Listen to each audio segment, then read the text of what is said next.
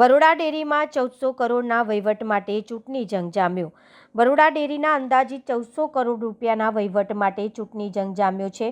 આવનારી 18 માર્ચે યોજાનારી આ ચૂંટણીમાં 13 ઝોનમાંથી આશરે 1070 જેટલા મતદારો મતદાન કરશે। વડોદરા તેમજ છોટાઉદેપુર જિલ્લાના મતદારો આ ચૂંટણી પ્રક્રિયામાં ભાગ લેશે। વર્તમાન બોર્ડના ચેરમેન દિનેશ પટેલ, દિનુમામા અને ઉપપ્રમુખ જીબી સોલંકી સહિત કુલ 13 સભ્યોએ ઉમેદવારી ફોર્મ ભર્યા છે। નોંધનીય છે કે જીબી સોલંકીએ સતત 6ઠ્ઠી વખત ઉમેદવારી નોંધાવી છે, જે રાજકીય રીતે મહત્વપૂર્ણ માનવામાં આવી રહી છે। ભાજપ પ્રેરિત પેનલ માટે આજે પ્રદેશ નિરીક્ષકો પહોંચવાના છે, જેના કારણે રાજકીય ગતિવિધિઓ તેજ બની છે।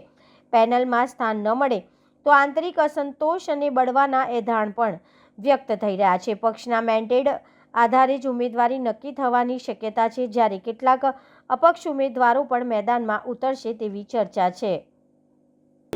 આજે ફોર્મ ભરવાનો આવતીકાલે છેલ્લો દિવસ હોય એટલે આજે એક દિવસ પહેલાં અમે બધાએ ફોર્મ ભર્યા છે અને ગઈકાલે લોકોએ ભર્યા, આજે ભર્યા અને આવતીકાલે પણ ભરશે, પરંતુ અમે પાર્ટીના કાર્યકર તરીકે પાર્ટી જે કહેશે એમ આગળ વધીશું।